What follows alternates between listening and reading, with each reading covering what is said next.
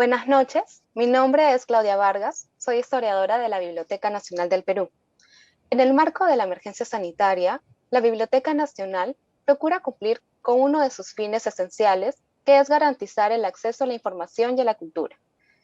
La biblioteca, en sus casi 2 siglos de historia institucional, se ha convertido en el principal repositorio del patrimonio bibliográfico documental de la nación peruana y en una de las más representativas del espacio sudamericano.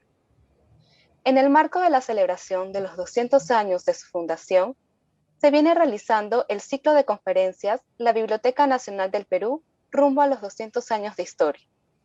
Este ciclo tiene la periodicidad de una conferencia al mes, en la que se aborda un periodo diferente de la historia de nuestra biblioteca. Se propone presentar la historia de la BNP en diálogo con procesos de la historia del Perú, desde una perspectiva de la memoria cultural del país, destacando personajes y las colecciones bibliográficas que constituyen una parte vital del acervo documental de nuestra nación. En esta conferencia, denominada Carlos A. Romero en la historia de la Biblioteca Nacional del Perú, es un gusto contar con la participación del ponente Jorge Guamán. Él es historiador por la Universidad Nacional Mayor de San Marcos. Ha publicado en la revista histórica de la Academia Nacional de la Historia, Historia y Cultura y otras revistas especializadas del medio. Ha sido coautor en el Diccionario Biográfico del Perú Contemporáneo, editado por Milla Batres, y en el Diccionario Biográfico Español de la Real Academia de la Historia de España. Entre el 2010 y el 2016, fue responsable de la nueva edición anotada de los Comentarios Reales de los Incas, la Historia General del Perú y otras obras del Inca Garcilaso de la Vega, editadas por la universidad que lleva el mismo nombre.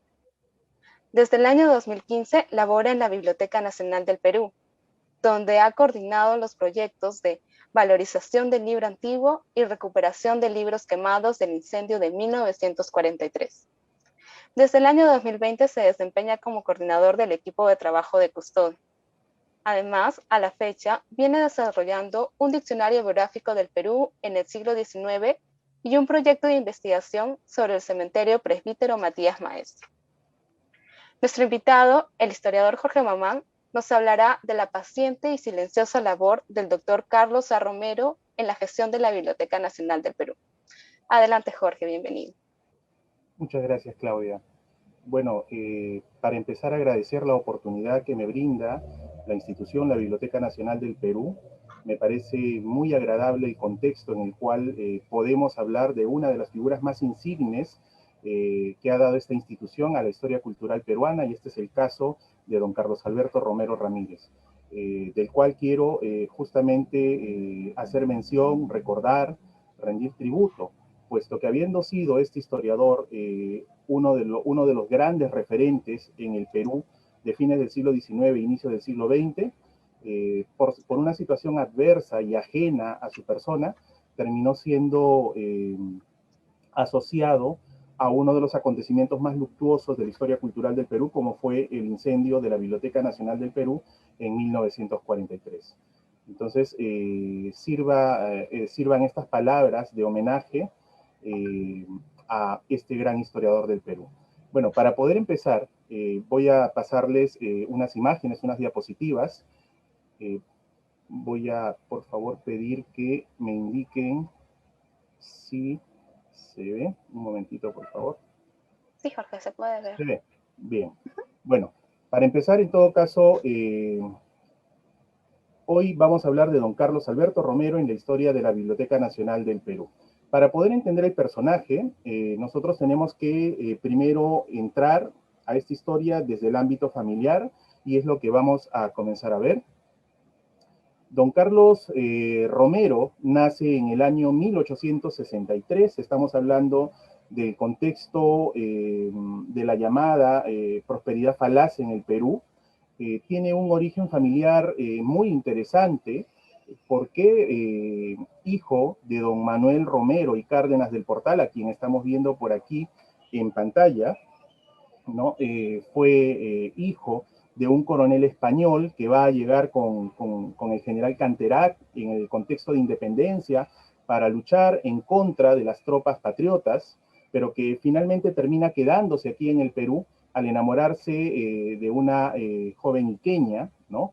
Y bueno, por el lado materno era hijo de doña Manuela Ramírez y Andrés Valenciano, que a la par era nieta de un antiguo escribano, don Emeterio de Andrés Valenciano, y probablemente allí es donde nosotros vamos a encontrar esta primera relación de don Carlos Romero con estas antiguallas documentales, en el sentido, ¿no?, de que en la familia existía la tradición de este viejo escribano de fines del siglo XVIII e inicios del siglo XIX, pero también la participación del abuelo, que había sido pues un coronel realista, ¿no? Y del abuelo, y de otro abuelo materno, que siendo pues que habiendo apoyado a la causa patriota, había sido perseguido y bombardeado en sus propiedades. Entonces, esta situación familiar es la que poco a poco va a alimentar justamente este gusto de don Carlos Romero por, por los documentos antiguos, en general por la historia del Perú. En la imagen nosotros lo podemos ver aquí, no sé si se nota, ¿no? Esta es una imagen familiar que fue tomada en la casa de uno de los hermanos de don Carlos Romero, ¿no? Esta casa se situaba en la calle de Belén, en la actual cuadra 10 del Jirón de la Unión. Bueno, es una vieja casona que ya no existe, ¿no? Pero en todo caso, el núcleo familiar de Romero se va a desarrollar sobre todo en la zona de los llamados barrios altos, ¿no? La familia de don Carlos Romero se va a asentar en la década de 1850 en la cuadra 12 del Jirón Junín, ¿no? En la calle que en aquel entonces se denominaba calle de Carmen Bajo, ¿no? De Carmen Alto, disculpen. Entonces, es allí donde don Carlos Romero va a pasar sus primeros años, ¿no? Hay que notar algo, su familia va a ser una familia de comerciantes y como tal, pues, Romero también pues va a vivir en una situación de holgura económica que le va a permitir estudiar en un colegio particular cuando pequeño, ¿no? El colegio que regentaba don Agustín de la Rosa Toro, un famoso educador de la segunda mitad del siglo XIX, y en su formación secundaria va a tener la oportunidad de estudiar en el Colegio de Nuestra Señora de Guadalupe, ¿no?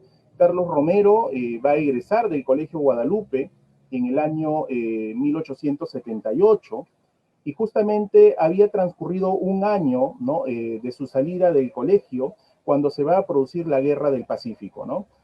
Don Carlos Romero va a ingresar a laborar, ¿no?, en el tema del comercio, pero cuando se va a producir la derrota de nuestro ejército nacional en la campaña del sur, don Carlos va a sentir la necesidad y va a hacer caso al llamado del gobierno para integrar, ¿no?, el ejército de reserva. Es así que en 1880, en diciembre, don Carlos Romero se va a integrar al ejército de reserva, va a participar de los entrenamientos que este ejército hacía en las pampas de Amancaes o en la zona de lo que es el Parque de la Exposición, y finalmente en los primeros días de enero de 1881 él se va a trasladar al sur de Lima y va a terminar participando tanto en la batalla de San Juan como en la batalla de Miraflores. Resultado de esos encuentros bélicos, don Carlos Romero va a salir herido y una vez recuperado, él va a definir justamente su posición, ¿no? Él era un patriota que va a seguir luchando por la causa peruana, se va a declarar un seguidor acérrimo de lo que era el general, pues, Andrés Avelino Cáceres, al cual va a apoyar desde Lima, transportando armas ocultamente, y bueno, ¿no? Es en este contexto ya de ocupación que don Carlos justamente va a regresar a trabajar, pero de una manera intermitente, ¿no?, en una casa comercial, hasta el año 1882, en que producto de la crisis peruana, en medio de la ocupación, va a perder esa colocación y en medio pues de este desempleo va a aprovechar la oportunidad el jovencito de 19 años para comenzar a visitar a un vecino de la familia. Ese vecino de la familia era don Enrique Torres Saldamando. A partir de ese momento, entonces, Carlos Romero se va a convertir en un asiduo visitante, ¿no? Podríamos decir ya en un aprendiz de don Enrique Torres Saldamando, que a la par ya era uno de los investigadores consagrados del periodo virreinal peruano. Y bueno, Carlos Romero, a pesar de su juventud, va a comenzar a notar ese gusto por los papeles antiguos. ¿no? Y justamente notando este gusto por la bibliografía, don Enrique Torres Saldamando, que tan relacionado estaba con la intelectualidad peruana de la segunda mitad del siglo XIX, le va a pedir a don Carlos que lo acompañe a las tertulias que realizaba este viejo coronel llamado, ¿no?, Manuel de Odriozola, que a la par era director de la Biblioteca Nacional. Don Carlos Romero, entonces, aprovechando estas visitas, mientras don Enrique Torres Aldamando se reunía con Odriozola y otros grandes intelectuales en estas tertulias que se desarrollaban en el segundo piso de la antigua Biblioteca Nacional, pues Romero va a aprovechar esos tiempos para revisar la magnífica colección de folletos y libros que tenía Odriozola, ¿no? Es así entonces como se va a producir, ¿no?, el ingreso de don Carlos Romero al mundo de los libros, y ciertamente va a comenzar a generar una cercanía hacia los personajes de la Biblioteca Nacional del Perú. Por otro lado, nosotros sabemos que en el contexto de la guerra, algo terrible ocurrió con la biblioteca, con nuestra Biblioteca Nacional, y es el hecho de que una vez que se va a producir la ocupación de Lima, el 17 de enero de 1881, ¿no?, se va a producir una ocupación militar total de la ciudad, pero inmediatamente también se van a comenzar a desarrollar algunos hechos que ya venían planificados desde antes, ¿no? Y uno de los principales acontecimientos es, y ya se rumoreaba esto con meses de anticipación, que uno de los grandes objetivos del gobierno chileno era así de simple, ¿no?, expoliar instituciones del Estado. Es justamente ante este rumor que muchas instituciones van a precaver y van a guardar, ¿no? Bueno, en todo caso, recapitulo, les indicaba de que producto de lo que es la ocupación militar de Lima, se va a producir pues este proyecto de expoliar a las principales instituciones culturales del Perú. Como este rumor ya era conocido, ¿no?, muchas instituciones limeñas tomaron pues a bien poner a resguardo sus colecciones. Así, por ejemplo, tenemos el caso de del archivo municipal, que fue escondido, y gracias a esa acción, hasta el día de hoy tenemos todos nuestros libros de Cabildo pues a nuestra disposición. Pasó lo mismo, por ejemplo, con los registros civiles, que teniendo en cuenta lo que podría pasar, también pusieron a buen resguardo, ¿no?, sus materiales, y los tenemos hasta el día de hoy.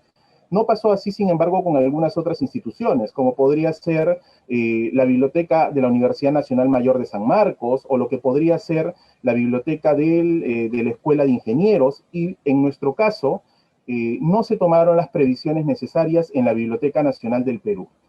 Producto de ello, entonces, a fines de febrero de 1881, se va a producir el ingreso de algunos oficiales chilenos que le van a pedir al director Manuel de Odriozola las llaves de la institución. Y obviamente, coaccionado por esta oficialidad, se va a ver en la necesidad de entregar las llaves, y se va a producir un ordenado expolio, ¿no?, de todo nuestro material bibliográfico, además de otras piezas que resguardaban nuestra institución. Todo este desvalijamiento debió tomar un promedio de 2 meses, y producto de esta acción tenemos algunos datos, algunas cifras del expolio, ¿no?, como por ejemplo el hecho de que al momento de este expolio, la Biblioteca Nacional del Perú contaba con más de 56.000 volúmenes que precisamente poco antes de acabar la guerra, poco antes de comenzar la guerra, habían terminado de ser catalogados. Por eso es que se tenía una cifra medianamente exacta de lo que teníamos. Sabemos, por el testimonio de Ignacio Domeyko, que a Chile debieron llegar un promedio de 10.000 volúmenes. Sin embargo, no sabemos cuántos volúmenes de la Biblioteca Nacional de Lima terminaron en manos de particulares chilenos, en este caso, puesto que fue bien conocido en este contexto de desvalijamiento que, así como se iban encajando los materiales de la Biblioteca Nacional del Perú, muchos de estos libros comenzaron a ser vendidos por los soldados, ¿no?, de la ocupación a coleccionistas y libreros de aquel entonces. De igual manera, muchos de estos libros también terminaron en manos de particulares chilenos, ¿no? No sabemos, obviamente, cuánto de este material terminó en manos de coleccionistas y libreros de Lima. Su número es desconocido. En todo caso, lo que sí podemos indicar es que una vez que se va a producir el fin de la ocupación en 1883, por testimonio de don Ricardo Palma, sabemos que de los 56.000 volúmenes que atesoró nuestra institución, solamente quedaron 738 volúmenes y obviamente quedaron porque muchos de estos eran parte de obras truncas u obras que estaban en mal estado, ¿no? Así es como se va a iniciar la segunda etapa institucional de la Biblioteca Nacional del Perú, en la cual obviamente va a llegar don Carlos Romero. ¿Cómo se va a iniciar la reconstitución de la biblioteca? Justamente con el nombramiento, ¿no?, de don Ricardo Palma como nuevo director de la institución. Pero no solamente aquello, puesto que en el Estado había falta de presupuesto para atender a todas las instituciones, se decidió que el Archivo Nacional también pasara a ser contenido dentro de la biblioteca y todo ello quedara bajo la dirección de don Ricardo Palma, ¿no? Así, don Ricardo va a quedar como director de ambas instituciones. Una vez que don Ricardo Palma va a acceder a lo que es la dirección, va a pasar que inmediatamente va a desplegar una famosa campaña recordada por todos, ¿no? El hecho de solicitar a las autoridades que se procediera a copiar todos los materiales que no habiendo sido trasladados por las tropas invasoras hacia el vecino país del sur, que habían quedado en manos, como les dije, de libreros y coleccionistas. Esa labor pues fue rescatada por los periódicos de la época, como pudieran ser El Comercio y El Peruano y algunas otras publicaciones, y resultado de ello fue el hecho de que comenzaron a devolverse los materiales, muchos de ellos por la buena voluntad de aquellos que los habían acopiado, pero la verdad es que también una gran porción de ellos por la presión del gobierno que comenzaba a solicitar la devolución de los bienes del Estado bajo la amenaza de ser pues multados y de ser encarcelados, ¿no? Entonces, esto es lo que va a pasar. Al final de esta campaña de recuperación de libros, lo que va a pasar es que al final don Ricardo Palma va a lograr recuperar durante su gestión, ¿no?, devueltos por el presidente chileno Santa María, 624 volúmenes. Devueltos por particulares de Lima, 8.315 volúmenes. Este es un hecho que muchas veces no se dice, ¿no? Nos han acostumbrado a decir todo se lo llevaron hacia el sur, y sin embargo, en las memorias directorales de Palma nos va quedando claro que mucha de la documentación y de los libros que salieron de la biblioteca al momento de su expolio terminaron quedando en manos de particulares, como lo vemos acá, y que al final terminaron siendo devueltos. No sabemos, quizás nunca sepamos, cuánto material de la Biblioteca Nacional del Perú quedó en manos de coleccionistas chilenos y en general de coleccionistas a nivel mundial, porque este fue un contexto en el cual mucho material peruano terminó en casas de venta de libros antiguos y se terminó diseminando mucha de este material por todo